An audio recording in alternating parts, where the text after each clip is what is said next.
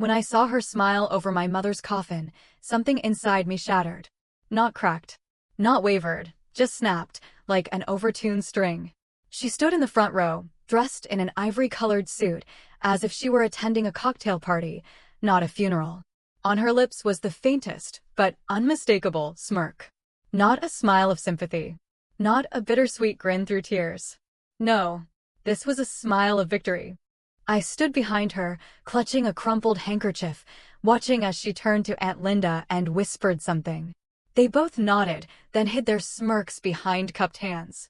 In that moment, I understood. This wasn't grief. It was celebration. And I swore they would pay. My name is Emily Whitmore. I'm 34 years old. I work as an event coordinator at a private gallery in Chicago. I have a husband, David, kind, patient, sometimes too calm, and a 6-year-old daughter, Sophie. Before the funeral, I thought I knew what family meant. Loyalty. Trust. Before that day, I took it all for granted. My mother died suddenly. A stroke. One minute, she was on the phone with me, talking about planting lilies in the garden. The next, she wasn't answering. I arrived 3 hours later, but it was too late. The nurse told me she passed peacefully. But I knew better. She died alone. And that isn't peaceful. The family gathered quickly, not out of love, but because you simply don't skip a funeral. Especially when a will is involved. That's when I first realized how deceptive the faces I'd known since childhood could be. My Aunt Margaret, my mother's younger sister, had always been the favorite in Grandma's eyes. Not because she was kinder or smarter. Simply because she knew how to play the part. Smile at the right moment. Say the right words. And, most importantly, never lose control of a situation. She arrived at the funeral with 2 suitcases, as if planning to stay indefinitely. Then, on the second day after the service, she stood at the kitchen table in Mom's house and announced, "Since my sister can no longer manage her affairs, I'll take over for now. Until the will is read, the house remains under my supervision." I sat across from her, holding a cup of cold tea, staring. "You have no right," I said quietly. "I have a notarized power of attorney," she replied, laying a sheet of paper on the table. "Your mother signed it a month ago, when she realized she was getting weaker." I snatched the paper.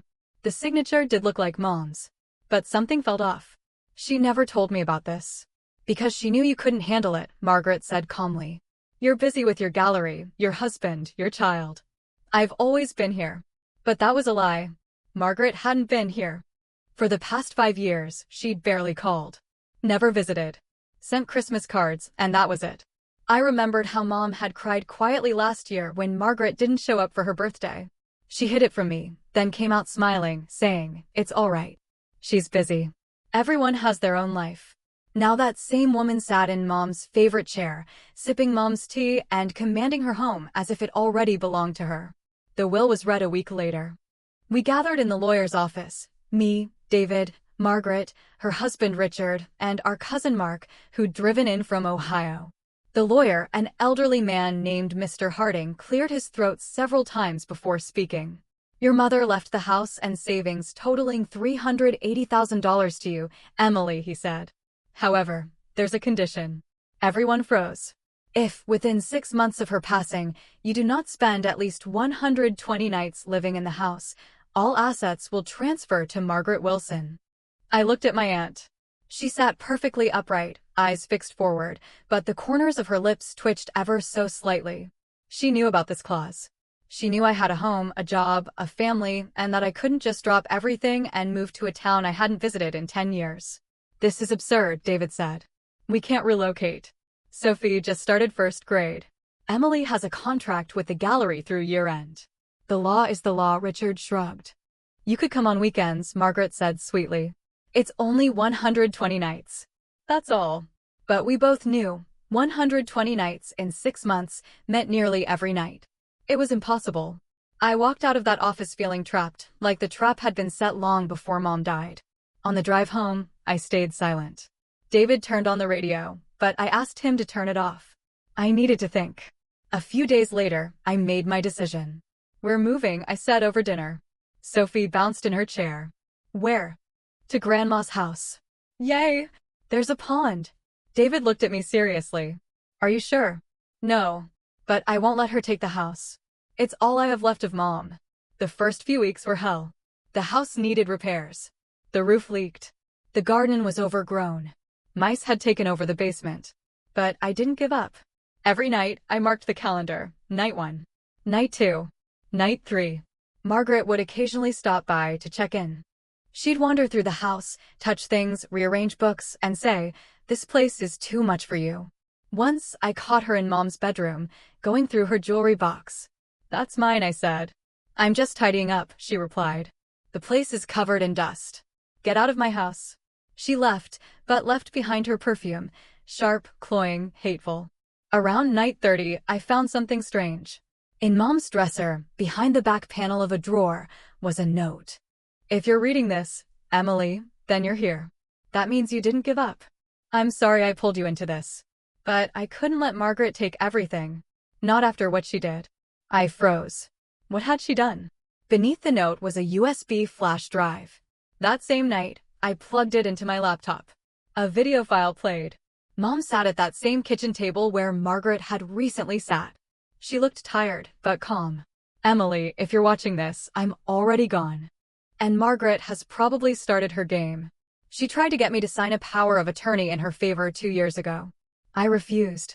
So she began manipulating, telling me I was old, helpless, that you were selfish and had forgotten me. But the worst part, she forged my bank documents. Transferred $70,000 from my savings account into hers. I found out too late. I didn't have the strength to sue. So I decided to play her game. The will, it's a trap. But not for you. For her." Mom smiled through tears. "The house goes to you if you stay there 120 nights. But here's the catch. If Margaret signs a document confirming you met the requirement, she forfeits her inheritance forever. If she refuses, you can sue for will fraud." I recorded a conversation with her. She admitted to forging the power of attorney. "It's all on this drive. Do with it what you think is right." The video ended. I sat in the dark and cried. Mom knew. All this time, she knew Margaret was a snake. And all this time, she'd been preparing revenge, not for herself, but for me. The next day, I printed the documents. I sent Margaret a letter through my lawyer. "If you do not sign the occupancy confirmation within 14 days, I will file a lawsuit for will fraud and submit evidence of your financial misconduct." She didn't respond. So I filed. The trial moved quickly.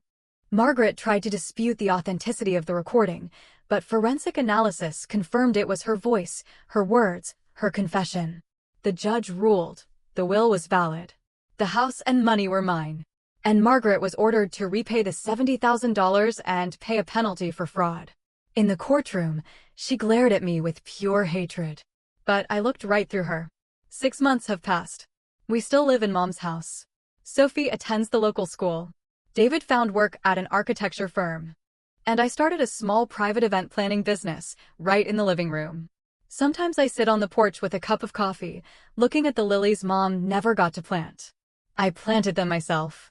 They bloom every spring. I don't think about revenge anymore. But sometimes, when the phone rings and private number flashes on the screen, I smile. Because I know she's still trying. And every time, she fails.